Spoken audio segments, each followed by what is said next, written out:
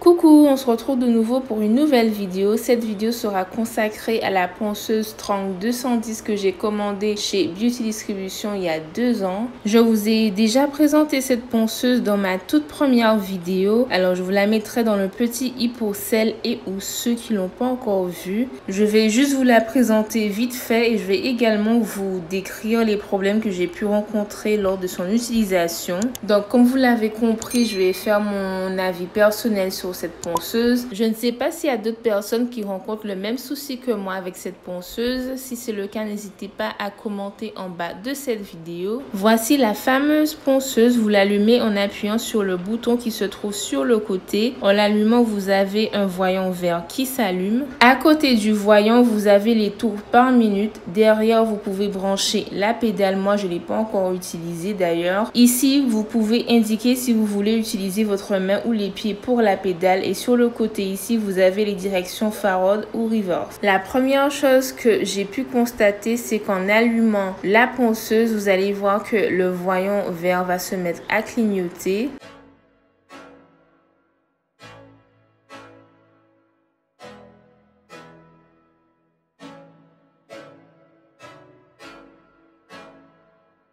Deuxième chose que j'ai pu constater il y a quelques mois, donc ça s'est produit qu'une seule fois, c'est que la ponceuse ne voulait pas s'allumer. J'ai rebranché, débranché la ponceuse, ça fonctionnait pas du tout. Et puis quelques minutes après, ça s'est allumé. Le troisième souci que j'ai rencontré, c'est que je n'arrive plus à faire entrer les embouts. C'est pas la première fois. La première fois que ça s'est produit, j'étais obligée de jouer avec la fermeture et l'ouverture du mandrin pour faire entrer l'embout. Donc là, je vais vous faire une petite démonstration.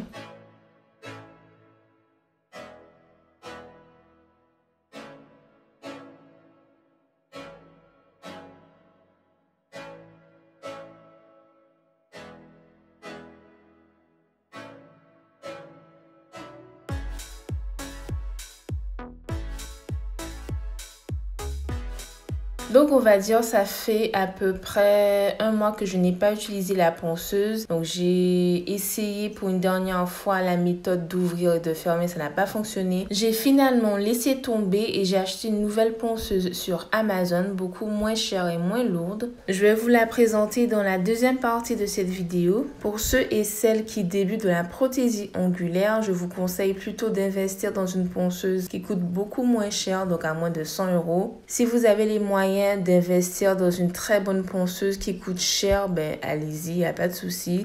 Deuxième chose que je voulais vous préciser, vous pouvez trouver cette même ponceuse sur AliExpress. Vous pouvez également trouver des ponceuses moins chères sur Amazon. Avant d'acheter une ponceuse, pensez à faire vos recherches, à regarder sur YouTube. Il y a des groupes Facebook de prothésistes ongulaires également, à demander l'avis des filles qui ont déjà telle ou telle ponceuse avant de l'acheter. Et ça vous éviterait de dépenser de l'argent inutilement. Alors dans cette deuxième partie, je vous présente ma nouvelle ponceuse. Je suis sûre que certains d'entre vous ont déjà vu ce style de ponceuse dans les autres vidéos de YouTube. Donc cette ponceuse, je l'ai commandée sur Amazon.fr. Je vous mettrai le lien en barre d'informations, il n'y a pas de souci. C'est une ponceuse qui fait 35 000 tours avec les directions reverse et forward comme toutes les ponceuses d'ailleurs.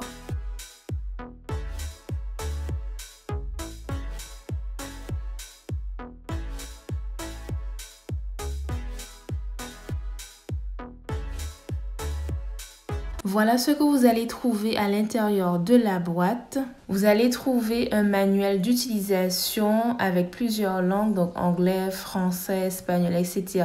Avec les précautions à prendre, comment l'utiliser, comment le brancher, ainsi que les différents éléments qui viennent avec la ponceuse.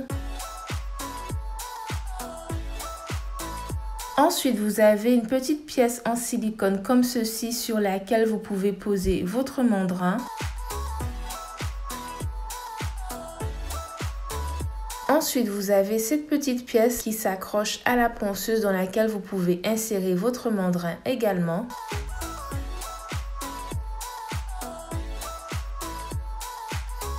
Ensuite, vous avez le cordon d'alimentation qui viendra charger votre ponceuse.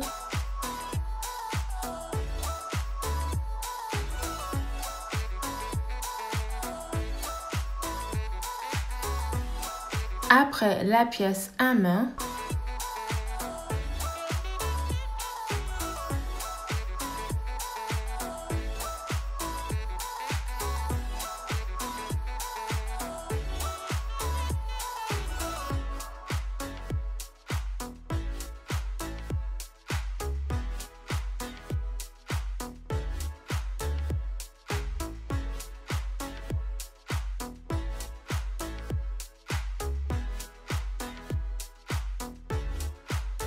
la ponceuse,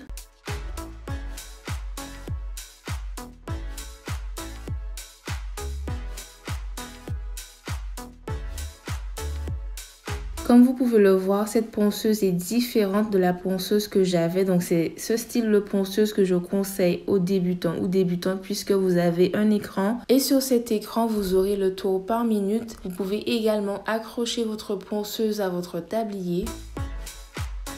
Alors ici, vous allumez votre ponceuse, vous pouvez augmenter ou baisser la puissance. Ensuite, au milieu, vous avez les directions reverse, forward et à droite, vous branchez votre mandrin. À côté, vous allez mettre ici la pièce en plastique. Et vous recevez avec votre ponceuse 6 embouts, donc là, ça va me faire des embouts en plus. Sur l'écran, vous avez ici le tour par minute, à gauche le mode forward et tout en haut à droite le niveau de la batterie.